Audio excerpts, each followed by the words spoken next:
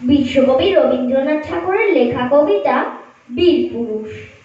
মনে করো যেন বিদেশ ঘুরে মাকে নিয়ে যাচ্ছি অনেক দূরে। তুমি যাচ্ছ পালকিতে মা চড়ে, দরজা দুটো একটুকু ফাঁক করে। আমি যাচ্ছি রাঙা ঘোড়ার পরে, টকবগিয়ে তোমার পাশে পাশে।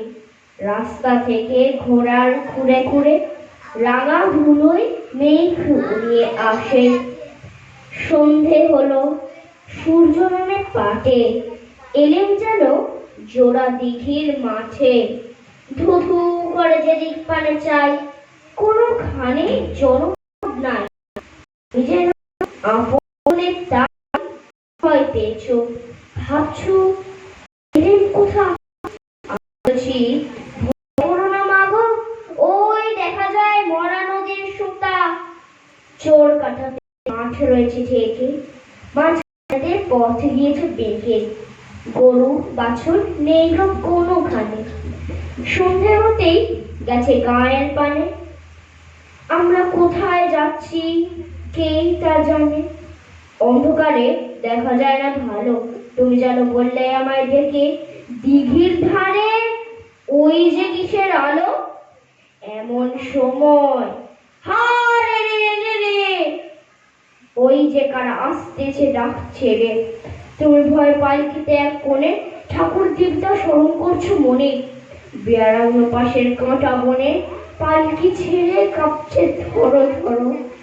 আমি যেন বলছি তোমায় ডেকে, আমি আছি, ভয় কেন মা করো। হাতে লাঠি, মাথায় ঝাঁকড়া চুল, কানে তাদের গোঁজা জবা। আমি বলি দাঁড়া, খবরদার, এক পা কাছে বিশ্ব আর দেখ আমার তলোয়ার, টুকরো করে তোদের। শুনে তারা লম্ফ উঠে চেঁচিয়ে উঠলো, তুমি বললে যাস নে খোকা ওরে। আমি বলি এখন আছো। সে ঘোড়া গেলেন তাদের মাঝে, ঢাল তলোয়ার ঝনঝনিয়ে বাজে। কি ভয়ানক লড়াই হলো মাঝে, শুনে তোমার গায়ে দেবে কাঁটা। কত লোক যে পালিয়ে গেল ভয়, কত লোকের মাথা পড়লো কাটা। এত লোকের সঙ্গে লড়াই করে ভাবছো খোকা গেলই বুঝি মরে।